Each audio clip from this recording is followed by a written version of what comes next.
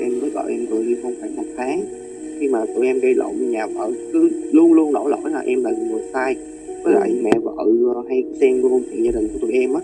Vợ chồng của em kiểu mà muốn hàn gắn lại á, muốn có một cái khoảng không gian riêng tư thì má vợ lại bắt cái ghế ngồi kế bên.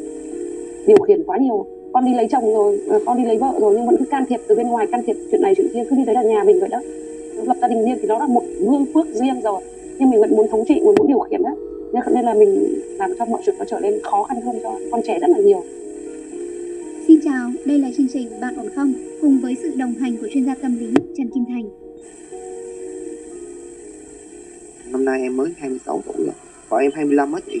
Bọn em kết hôn khoảng 1 năm 4 tháng rồi. Em với vợ em vừa ly hôn khoảng 1 tháng. Cái lý do ly hôn thì nó không phải là ngoại tình, nó không phải là ăn chơi cờ bạc, không có rượu chè, nhưng mà cái lý do rất là ngớ ngẩn là do cái tôi của hai đứa quá cao, với lại Ừ. mẹ vợ hay xen vô chuyện gia đình của tụi em á, dẫn đến gia đình tụi em tan vỡ á. Trước đó thì khi mà ở riêng á thì tụi em cũng có cãi vã, thì cô ấy có gọi cho mẹ, thì mẹ Ừ. vợ vẫn tác động, nhưng mà vấn đề là tối á, nhiều khi vợ chồng ngủ chung với nhau á, thì Ừ. em phân tích cho cậu hiểu cái này là đúng, cái này là sai. Nhưng mà thường á là sẽ bị tác động rất là nhiều từ bên nhà vợ.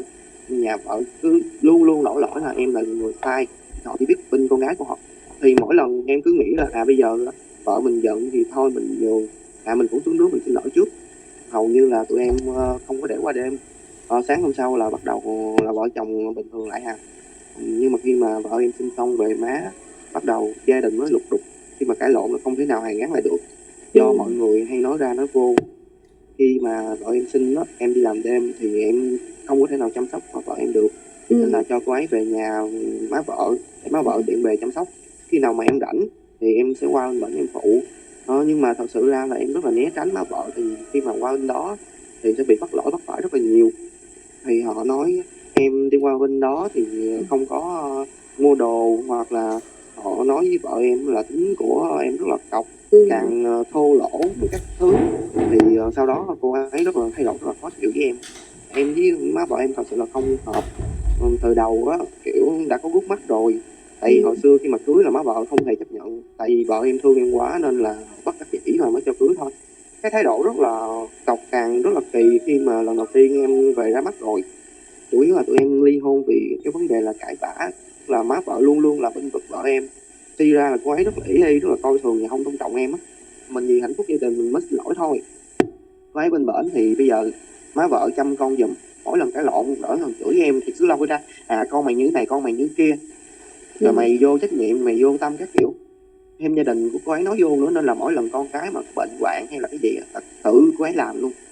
Cô ấy không hề hỏi ý kiến của em, mà thường là tụi em cãi lộn vì tiền bạc rất là nhiều. Khi mà đẻ chữa, ba vợ thì bệnh ung thư. Tháng đầu tiên thì vợ em mới nói là kêu em cho ba 1,5 triệu. Thì ok, em thấy chả có gì hết. Những tháng sau thì em đi làm về em vẫn đưa tiền cho cô ấy giữ. Em đưa cô ấy 3 tháng là khoảng 30 triệu hơn, Ừ.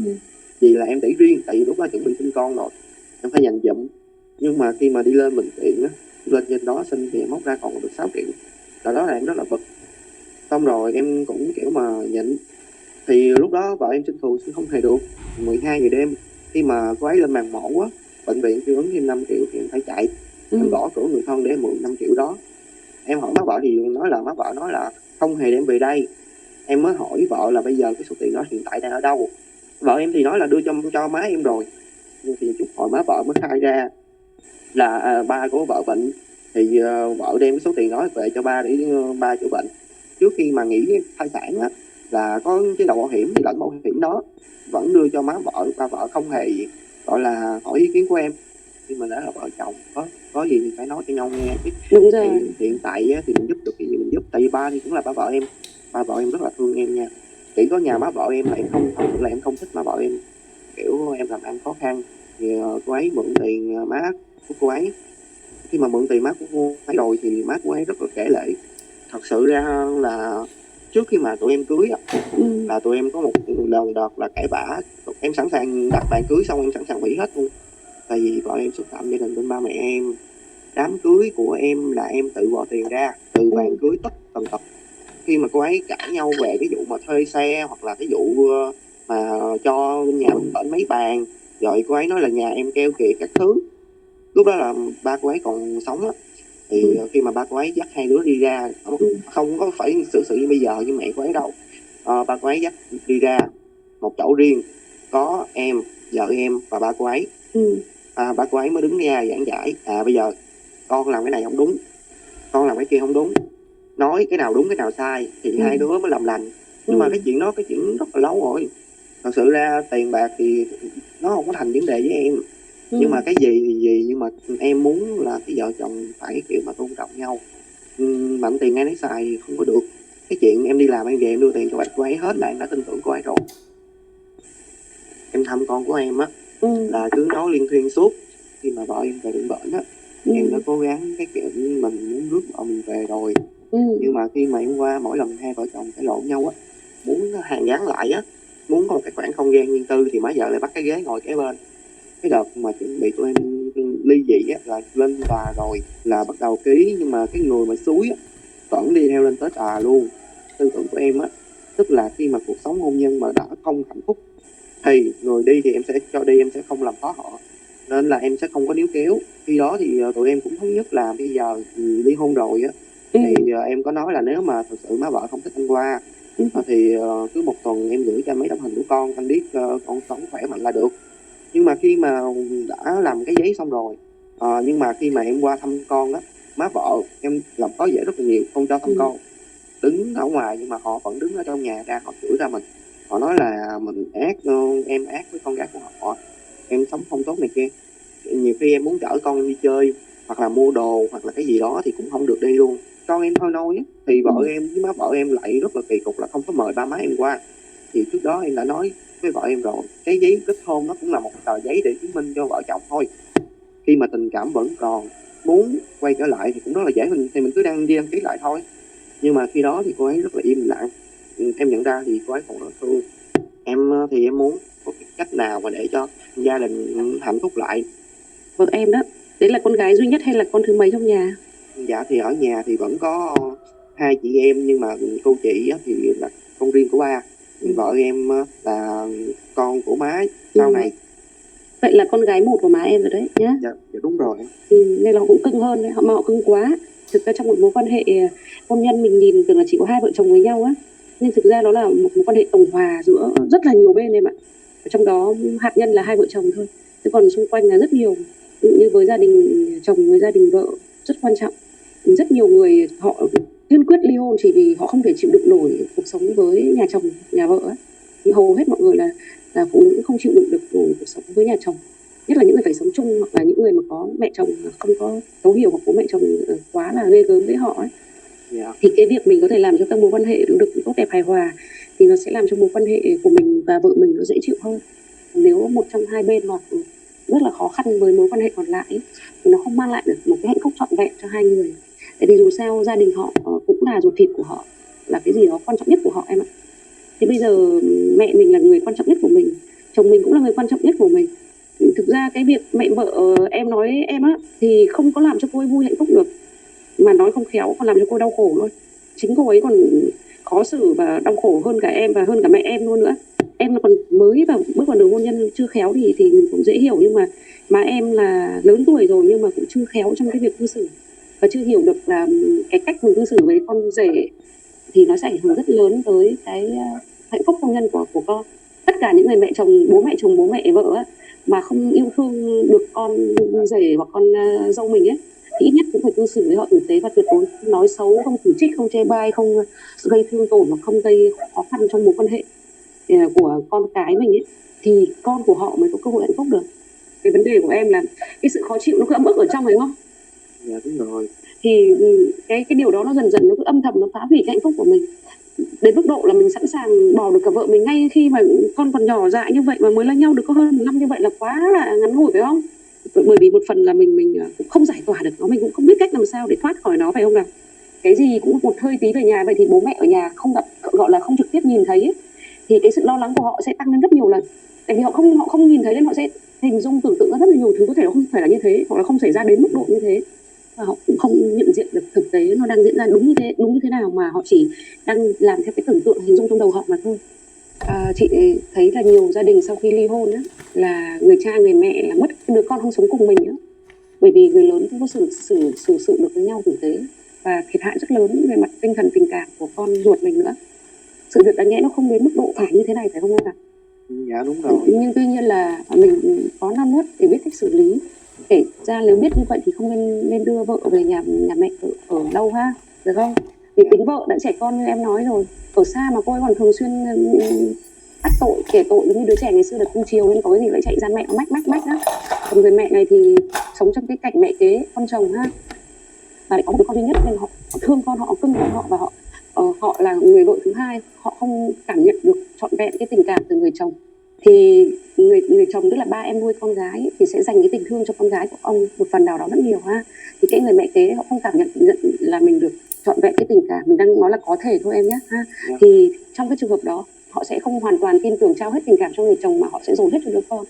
Họ không cảm thấy chồng họ yêu thương, tôn trọng và nâng đỡ họ, hoặc là nhất là họ không yêu chồng họ, họ dồn hết tình cảm của họ cho đứa con của mình, nhiều quá đến mức độ thành cái vật sở hữu, vật chiếm hữu của riêng họ ấy. Và họ không muốn chia sẻ nó cho ai. Đến lúc con họ có người yêu, có bạn đời ấy, vợ hoặc chồng, là họ ghen luôn với cả cái người bạn đời, người yêu của con mình luôn em ạ. Họ không muốn san sẻ cái tình cảm cho người khác.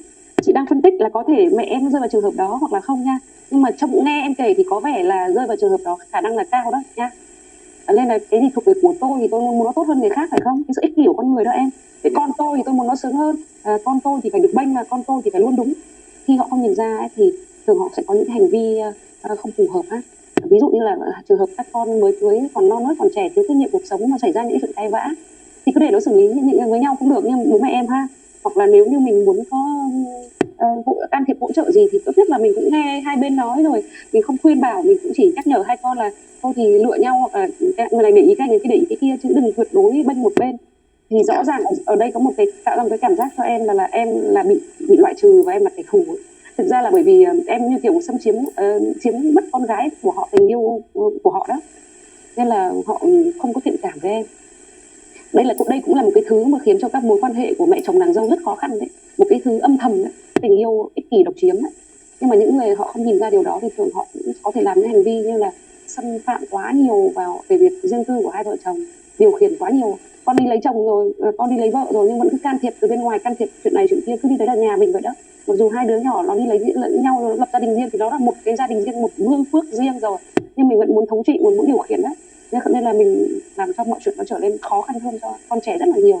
Bọn em là sống riêng rồi nhưng mà vẫn còn khó khăn, đúng không? Vì những cái người mà sống chung còn khó nữa. Thế bây giờ ở đây bọn em đã ly hôn rồi, nếu bọn em còn sống chung mà em không thay đổi thì chắc chắn là cái sự đau, sự khổ tâm nó sẽ vẫn còn ở trong em hoặc trong vợ em, cả hai. Mẹ mình lúc nào cũng khó chịu về chồng mình rồi nói như thế thì làm sao mình cảm thấy vui vẻ được, vì mình cảm thấy không làm cho mẹ mình vui được.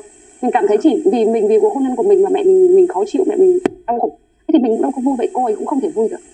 Mẹ em làm em khó chịu thì em lại bức bối, thì em lại kể lể, em lại nói lại với vợ em chứ nói với ai, phải không? Dạ, lại một lần nữa cô ấy khó chịu, nên cái việc đó của bà mẹ vợ thực ra là làm cho con cái bà rất khổ đó. Người khổ nhất là con gái chứ không phải là em đâu nhá. Em khổ một thì cô ấy khổ hai, đó lý do sao cô ấy sẵn sàng ly hôn em. Ngay khi con còn nhỏ như vậy cô đã sẵn sàng ly hôn, nó đỡ mệt, tại vì mới đẻ xong nó rất là mệt rồi. Thế mà bây giờ còn cứ nghe những lời dỉ dói như vậy, nó mệt mỏi vô cùng, và không lại còn cảm giác bất lực thì không thể giải quyết được. Khi mà mình tách ra như vậy thì tất nhiên là thiệt thòi cho đứa con này, rồi hai vợ chồng tự nhiên bị tan rã này. Nhưng mà thực ra những cái xung đột, những cái cãi lộn cũng có cái giá trị ích lợi nhất định của nó, đó là để cho hai người biết được là có những cái gì nó đang không được thấu hiểu ở đây, đang bị cản trở giữa hai người ở đây, và tìm cách giải quyết nó. Vì còn muốn giải quyết lên nó mới xảy ra những chuyện cãi lộn xung đột, chứ còn nếu mà thực sự không còn muốn giải quyết thì thôi thì im lặng hoặc chia tay thôi. Thế tuy nhiên là sau nhiều lần cãi lộn bọn em vẫn chưa biết cái cách để làm sao khớp được lại với nhau. Tình yêu thường nó sẽ phải trải qua nhiều giai đoạn, 5 giai đoạn ít nhất, nằm gọn lại thì cũng thấy được 3 giai đoạn. Giai đoạn đầu tiên bọn em đã trải qua, đấy là giai đoạn hồi yêu nhau đầy màu hồng em. Em thấy vợ em tuyệt vời không? Lúc yêu nhau không tuyệt vời không?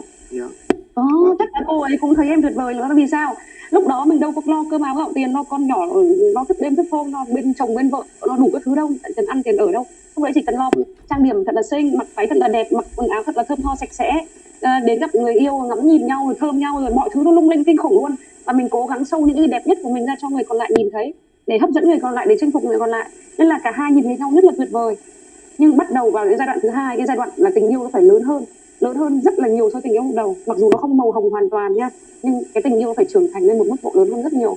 Bởi vì lúc này chúng ta khi ở chung với nhau, chúng ta không còn chỉ xông ra những cái đẹp của chúng ta nữa, Làm sao mà ai giả vờ suốt cả một ngày được, với cái lúc này đâu còn là lúc để giả vờ. Mình đã tin tưởng nhau là để mình chọn, mình sống chia sẻ nhau cả cuộc đời, chia sẻ con người của mình với nhau. Lúc đấy mình phải là con người mình chứ, mình có điểm ưu điểm, mình cũng có nhược điểm. Trước mình show ra cái đẹp rồi, bây giờ có những cái xấu mình không cố tình show thì ở bên cạnh mình lâu người ta cũng nhìn thấy.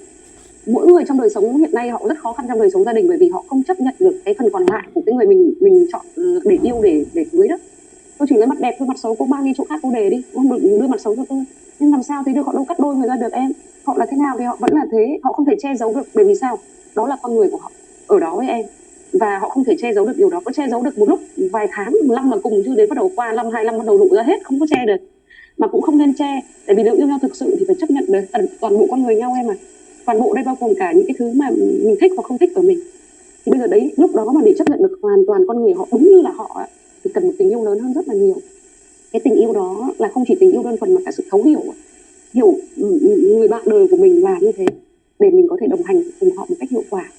Đặc biệt là giúp nhau có cơ hội để mà cống hiến cái điểm mạnh của mình cho người còn lại, cho gia đình, để họ thấy họ có ý nghĩa, có giá trị. Em thì em sợ nhất là con gái khóc. Nói chung là hồi xưa khi mà yêu á, mà cái lộn xong khóc rồi là em xuống nước là em nhịn xuống là em đang nghĩ là hết. Nhưng mà khi mà đi qua về bên kia là bắt đầu là cô ấy kiểu mình rất là chững chạc. Cái lộn là không bao giờ mà xuống nước mà khóc hay cái gì hết, cãi là chỉ muốn thắng em thôi. Anh là vợ thì cãi lộn nó là sao? Vẫn còn cãi nhau là do một phần là má vợ cứ kể chuyện cho má vợ nghe đó. Cái má vợ cứ bực bội, má vợ nói em, la em hoài luôn. Xong rồi vợ em cứ nghĩ đó là em sai nên là cứ làm tới. Sau này em nhớ tuyệt đối thì không nên cãi nhau. Nếu mà có lấy vợ nữa, vợ này hoặc là vợ khác ha, thì đừng cãi nhau với nhà vợ em. Mình đến nhà người ta, dù đấy là vợ mình nhưng đấy là nhà đẻ của vợ mình chứ không phải là nhà mình. Mà đến nhà người ta mình phải giữ sự tôn trọng với người ta, được không nào? Họ có nói sai mình nghe không được thì mình nghe, xong rồi mình thấy cái gì đúng mình nhìn nhận để thay đổi cái gì sai mình bỏ qua, được không? Chứ bây giờ mình còn đứng cãi tay đôi với họ làm gì ở trong nhà họ thì coi như là mình không có đủ sự tôn trọng lịch sự với họ đấy. Thì đấy là em cũng chưa đủ lớn đấy, chưa đủ khéo đấy, nghe không? Nên là mẹ má vợ em có ghét em thì cũng có lý do của nó rồi đấy, một phần thôi. Phần là em cũng chưa khéo để xử lý. Phần nữa bà nghĩ rằng là em không hề tôn trọng bà, được không nào? Em lại cãi nhau với con bà, nhà bà làm dám làm cho con gái ta đau khổ đúng không? Ngay trước mắt bà, đúng không? Cái điều đấy là khủng khiếp lắm nhá. Ví dụ em có mắng vợ em đi nữa mà mẹ vợ em không nhìn thấy á thì được khác, nhưng mà em chỉ mắng dối vợ một câu, nói xấu vợ một câu mà nói trước mặt má vợ em á, bà ấy đau khổ lắm ha. Không ai muốn con mình là tệ cả, và nhất là người ta chửi con mình hoặc nói con mình trước mặt mình thì chưa nói gì, lại còn má em lại là cái người mà có tình yêu độc chiếm thì lúc đấy sẽ rất khó cho má em chấp nhận cái thứ đó đấy.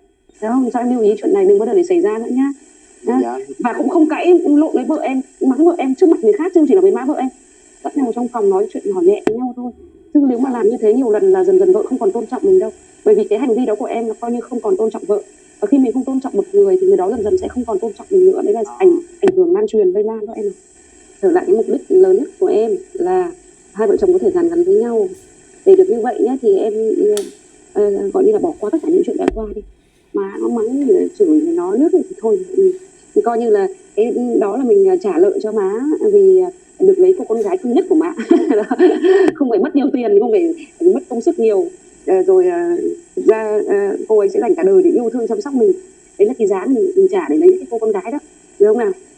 Trả xong rồi thôi nhẹ nhàng đi. Bây giờ làm nào để cho cái mối quan hệ của em nó được, nếu mà trở lại với nhau được hài hòa ấy, thì đây phải có hai cái yếu tố phải quan tâm. Hai em với nhau nó học cách để hòa hợp với nhau.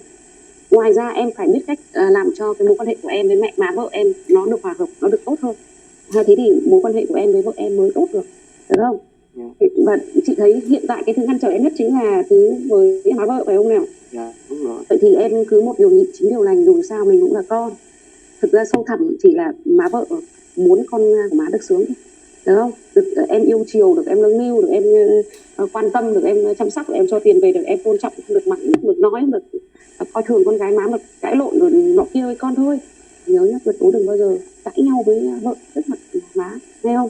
Và tốt nhất điều đấy đừng bao giờ làm trước mặt bất kỳ ai nhé. Nên nếu làm điều đó sẽ làm kích hoạt cái lòng hận thù cho bà lên đó nhá. Chứ còn nếu em yêu con gái của bà thì bà sẽ yêu em thôi. Nhưng bà chưa cảm nhận điều đó đủ, bà thấy là con gái bà vẫn còn thiệt thòi, vẫn khổ khi mà ở với em, nên bà mới bức bối như vậy đó em. Thế bây giờ em yêu em chiều cô ấy nhiều, chưa chắc bà ấy đã còn như vậy đâu. Thì trước cái mặt đấy thì nhẹ nhàng dịu dàng với vợ thôi, chăm sóc vợ tí, chiều chuộng vợ tí ha.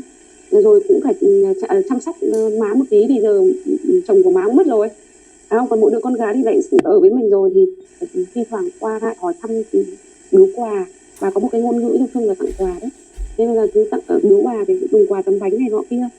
Con nhỏ ở đây mẹ cũng vất vả rồi, ba mới mất không ai chăm sóc mẹ, thỉnh thoảng có quà có pháp tí, vì bây giờ bà thì có duy nhất một con gái nữa thôi, em hình dung là tất cả của bà ấy là đang dành cho em mất rồi. Hiện tại hai người đang coi nhau như đối thủ, bây giờ phải biến thì khi đối thủ thành đồng minh thì tự nhiên cái liên minh nó sẽ rất là mạnh mẽ, tại vì đều đến người yêu thương nhau mà. Mẹ chồng với làm dâu làm nó sẽ khó hơn là mẹ vợ với cả con rể đó em à. Má mắng thì vâng, em chưa cần nhận đúng sai gì cả, cứ vâng để nghe rồi để biết đúng xem sao đã, về cái gì đúng thì làm, gì sai thì thôi bỏ qua.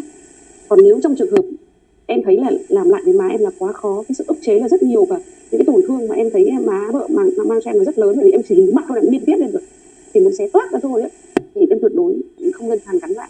Hoặc là em nhìn thấy má vợ nhưng em để chửi thầm trong đầu em ấy, tức là cái lúc đấy là sự căm giận là rất nhiều rồi ấy, thì tuyệt đối không nên nối lại với vợ em. Nó chỉ làm tăng thêm sự đau khổ chứ nó cũng không giúp ích gì thêm đâu. Trong những cái tốt thì chọn cái tốt hơn, nhưng mà trong những cái tệ chọn ít cái tệ nhất. Thì cái việc bọn em ly hôn thì có lẽ là ít tệ hơn cái việc bọn em tiếp tục sống và chứng kiến cái chuyện là gia đình nhưng mà như chiến tranh, còn như là kẻ thù với nhau ấy. Ở nơi gia đình đã cần được yêu thương thì là nơi mà chiến tranh xảy ra liên miên, còn bị canh me nhau về trong đời sống gia đình khủng khiếp lắm, nó tự nhiên như địa ngục. Thì thôi, nếu mà cảm thấy như thế thì khó quá thì bỏ đi, đằng nào em cũng ly hôn rồi mà, phải không? Dạ đúng rồi. Coi như nó hết lợi hết duyên cũng được nhá.